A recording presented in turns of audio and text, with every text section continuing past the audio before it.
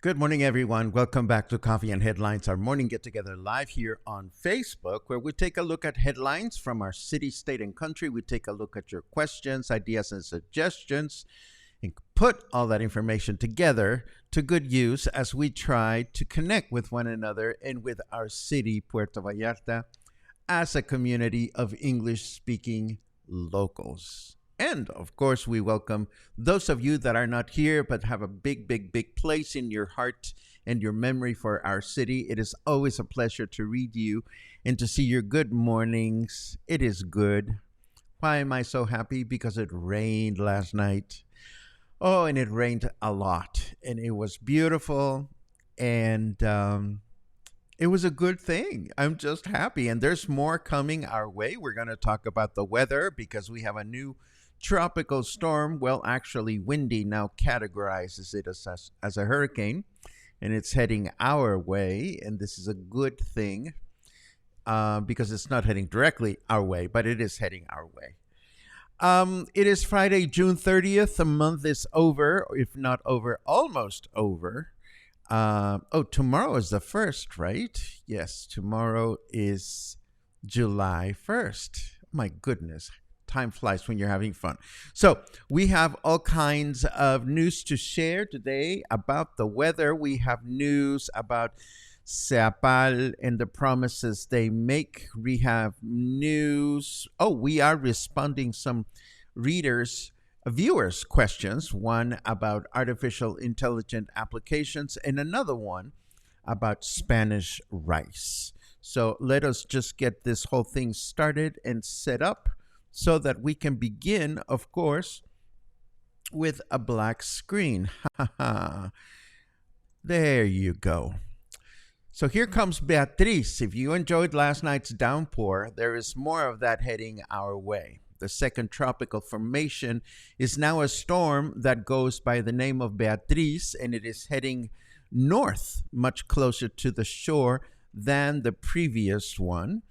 And it is expected to evolve into a hurricane throughout the day and pass by our bay sometime tomorrow afternoon, bringing heavy rain and high waves to our surroundings. I actually have it up on the screen ready to share. And here it is. I went looking for it on the Windy website. And if you look at the Windy website, here's Adrian, which is already out to sea. And here's Beatrice, which, according to Windy, is already a Hurricane 1, a Category 1 hurricane. So it is going to head our way and continue north. It shows passing around our area by tomorrow evening as a Category 1 hurricane. So again, I don't think it'll strike directly, but according to everything that I've seen and read, tomorrow is definitely going to be a rainy and windy day. Moving right along, as we mentioned yesterday while we were doing the broadcast, there was a protest going on right outside of City Hall involving approximately 60 people complaining about unexplicable or unexplained water shortages going on in some neighborhoods in Pitillal. Protesters went as far as denouncing a government employee of selling distribution of water through water pipe trucks when it is supposed to be free. Mayor Michel promised that he would look into that, and in the end, Seapal made a commitment to normalize water distribution in 20 days. Is it ever going to be over for Seapal, our water distribution company? Well, I don't think so when you consider that this other article mentions that at present time there are 9,800 new homes in Puerto Vallarta that have pending requests to be connected to the city's water supply. 9,800, that is a lot of showers, that is a lot of toilets, that is a lot of water. And this may or may not include all the new condo developments that we see popping up all over the city. So we can only hope that our waterworks company will be better prepared next year once the drought returns so that they can properly address and maintain the requirements that our city has as they relate to clean, drinkable, usable water. And, of course, in the intersection of Insurgentes and Venustiano Carranza and Emiliano Zapata, there has been caca water oozing for the past 3 days in the heart of paradise. Is it time to revive the rubber ducky boot conversation? Well, I'm having cocktails with friends later on today, 1 block away from that particular intersection, and there is no way I'm going to be wearing sandals today. But all things considered, none of all these situations or the temperature are keeping people from enjoying our city during the summer months. In this news note, we learned that during the week between June 13 and 18, Puerto Vallarta's hotel occupancy was 66.8%, placing our city in the 3rd place nationwide, with Los Cabos and Cancun in 1st and 2nd place, respectively. So there are people coming into town and enjoying our summer months, which is a good thing to know. Now, I don't know if this is a development of something we reported months ago or a completely new deal. As you may know, locals at municipal markets are highly coveted and in some cases very much a monopoly owned by a few individuals who have the rights to these locales and they rent them out. But sometimes, and of course, if you want to apply for one, it is a very specific, complex, and perhaps even bureaucratic process. So sometimes we walk through the markets and there are locales that are not used. They are simply closed. So we learned that 2 of such locales, one at the Quale market and one at the Emiliano Zapata market, have been passed on to new people that had applied for one of them. And this is actually really good news because it is such a shame when there are entrepreneurials out there trying to make a better living by selling chingaderas or whatever. And these locales are just not being used. So I think it's great that the city is finally looking at this and removing ownership from owners that are just not taking advantage of having a locale in one of the markets. And the last news piece that I have before the weather break has to do with President López Obrador and our Guadalajara highway. In a recent press conference, President López Obrador griped about the criticism his government has received lately for allegedly neglecting the needs of the state of Jalisco, our state. In his defense, he said that the federal investment has been considerable, bringing up a series of projects that are taking place throughout the state And of course, he talked about the new highway, which was supposed to be ready by the end of this year. He said it will be ready in March of next year. So it's almost there. We can almost taste it, or some of us have actually tasted a few of the lanes or a few of the stretches of the new highway. And hopefully, just hopefully, the new highway will be ready sometime during 2024. Now let's turn to our weather forecast just to see what's going on out there. And Snarky Weatherman says, rest in peace, Apollo. Yes, this has to do with a certain client, a certain application that you can use to browse Reddit. If you don't browse Reddit, you're probably not concerned about this, but there's changes being made to Reddit, and some people are very angry about this. But what I see here that is worth mentioning is 29 degrees. Humidity is at 75%. Our temperature in Fahrenheit degrees is 85 degrees, my bad. And today we can expect mostly cloudy skies in the morning with thunderstorms in the afternoon, chance of rain of 55%, a high of 33, and a low of 26. Then tomorrow, rain in the morning with thunderstorms in the afternoon, chance of precipitation 79%. That's when the hurricane's supposed to visit. A high of 32 and a low of 26. Tomorrow should be a great day to Netflix binge. And then Sunday, mostly cloudy skies in the morning with thunderstorms in the afternoon, a high of 32, a low of 25, and a 90%, that is 90% chance of rain. So it'll be a wet weekend for us. I hope that the weather is becoming more manageable wherever you are, and that if it was warm, that it is cooler, and if it was cold, that it is warmer. Now, moving right along, I told you we had some questions to look at from viewers. The first one comes from my number one groupie. She says, hello, Sarah. Sarah says, please, can you remind me of the name of the application or site you talked about last month where you can put a crazy search word in and the photos come up, like a flamingo driving a car, muchas gracias y besitos. Of course we can, Sarah, number one groupie.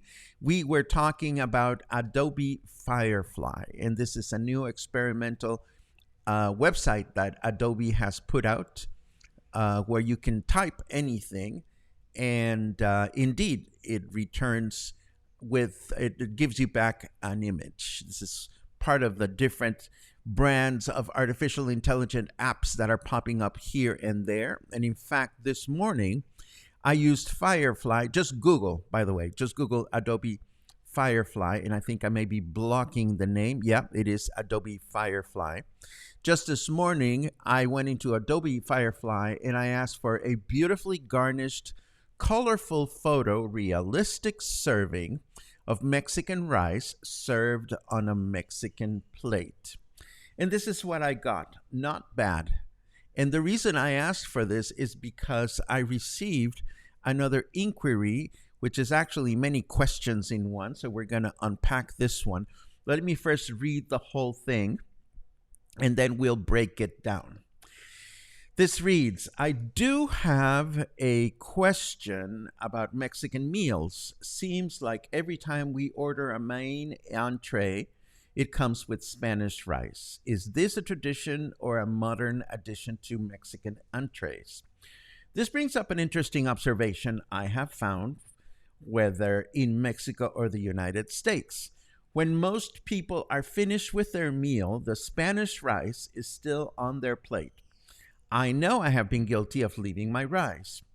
My question for your program, that would be you guys, is how your viewers deal with the Spanish rice that comes with their entree.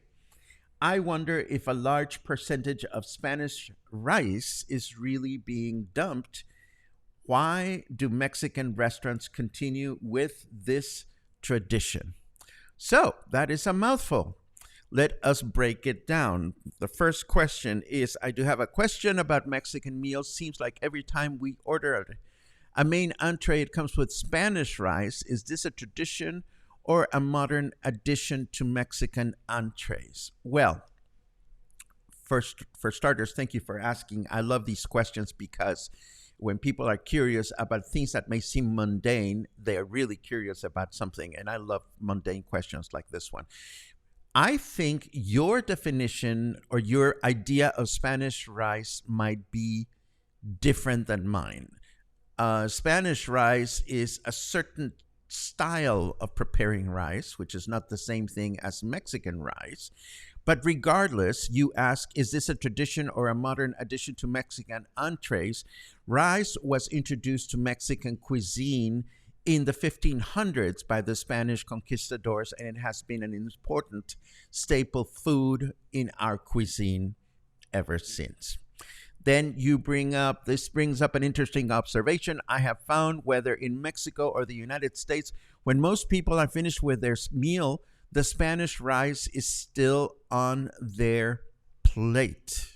Well, maybe it was not good rice to begin with, but again, Spanish rice is typically made with white rice, saffron, chicken broth, tomatoes, onions, and garlic, whereas Mexican rice, on the other hand, is made with white rice, tomato sauce, cumin, chili powder, and sometimes other spices.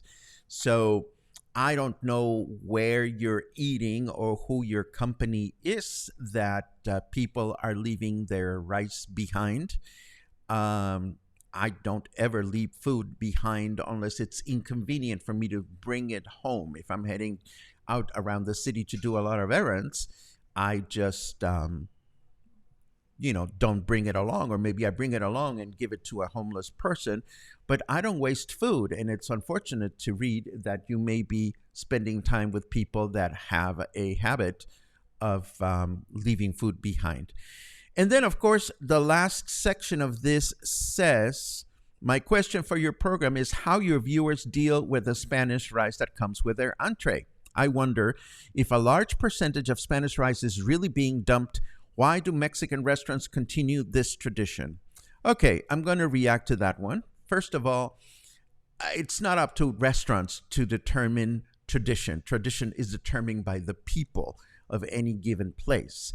Now, I don't know because I'm not a restaurant owner, but if I was a restaurant owner and I saw that something that I serve is not being consumed, I would stop serving it because ultimately I have to buy the ingredients to make this particular dish. So again, I don't know so much that your question has to do with your own habits and what you think is the norm or reality, because I know that here in Puerto Vallarta, few restaurants dump food that I know of. Either the food is distributed among employees or there are arrangements with local food banks so that the food that remains at the end of the day gets purposed for people. So I hope I've answered your question properly. Again, there might be a disconnect here in what you consider Spanish rice and what I consider Mexican rice. In fact, when I go to the store, I usually, because I am a practical dude and somewhat lazy, I love buying these prepared mixes of rice. Here is one that is Mexican rice or Mexican style rice. All you have to do is add water and oil and a little bit of salt. And when I want poblano flavored rice, I buy this, which is the same brand but different style. But neither one of these are Spanish rice, as in rice prepared the way it is prepared in Spain. So that is my short and loving treaty of Mexican rice, which is, or rice, which is a wonderful thing to enjoy here. And I do have other things to share before we get to your own comments on rice and beans and whatever. Yesterday, we shared some critters from the mountain. We showed a big, humongous toad. And our friend Julia wanted to get in on the conversation, and she sent me this image of a little snake that she found in her patio yesterday. Now, I went looking for a website or a service that allowed me to send a photograph of a snake and to get the proper name of it, but I couldn't find a free one. But here she is. As I said to my friend Julia, it's nice to look at it, but maybe from afar. Last but not least, before our conversation, it was nice to see that one of the local papers, Tribuna de la Bahía, praised Natasha Moraga's tile park project in Plaza Lázaro Cárdenas. The article talks about the origins of the plaza from the time in which it was the original landing strip for our town, when it was just a small speck in the map. And of course, before our comments, I also have it is that time of the month to check out the latest 5 classical album recommendations from the New York Times. I already did a little bit of listening, and there's some good stuff to look at there. And now, your comments. Let's see what we have. Hello, David. Good morning, Mark. Good morning, Karen. Hello, Sherry. Hello, Paula. Hello, Angelica. I wish I was sitting with you at your porch in Punta Perula, drinking beer. Yeah, that would be a nice thing to be doing.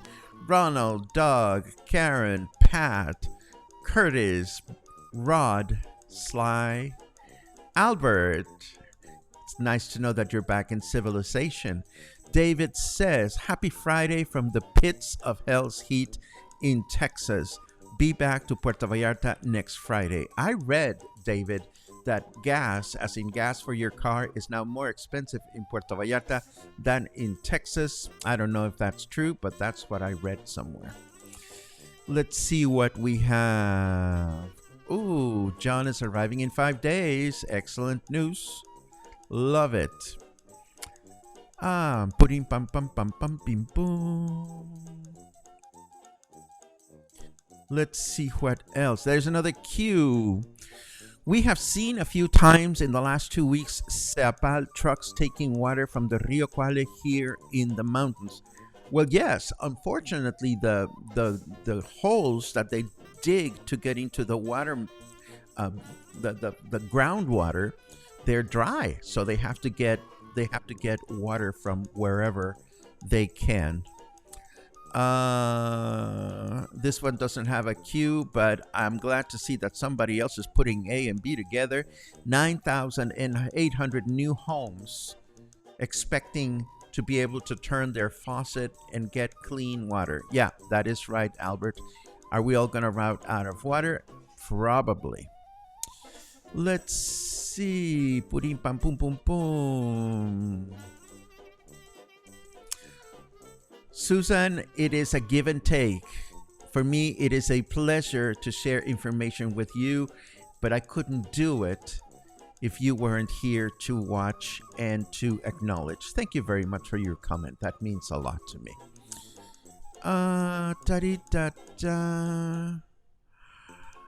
Oh no, Kathy, this is concerning news. I hope you get some clarity with your son's health. I am so sorry to hear this. Please keep us in the loop. Let's see what else we have. Kathy. Good morning, Kathy here. I am healing up nicely. So little pain that I keep forgetting to use my walker, which I have to use continually for at least the next 6 weeks. I blame it on the pain pills. The question is, Kathy, are we going to go rollerblading in the fall, or are we not? That's what I want to know. Let's see what else.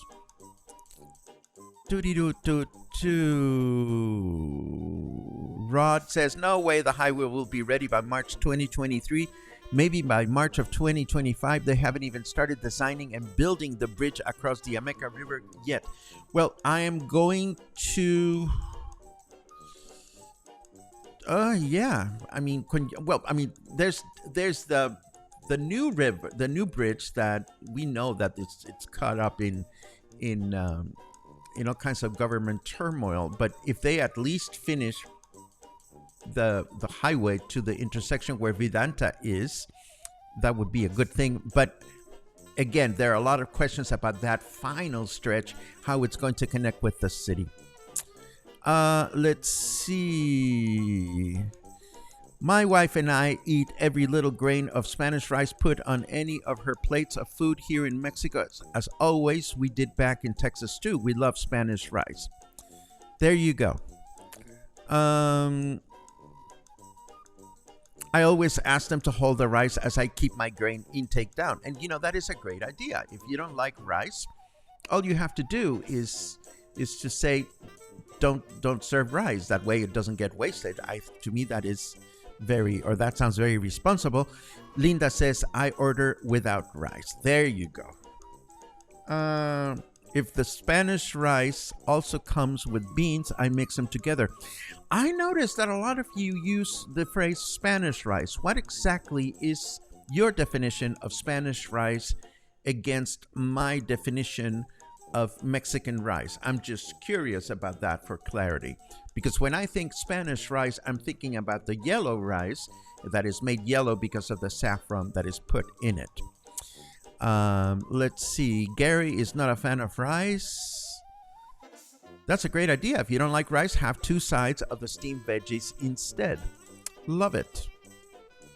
I love rice, by the way.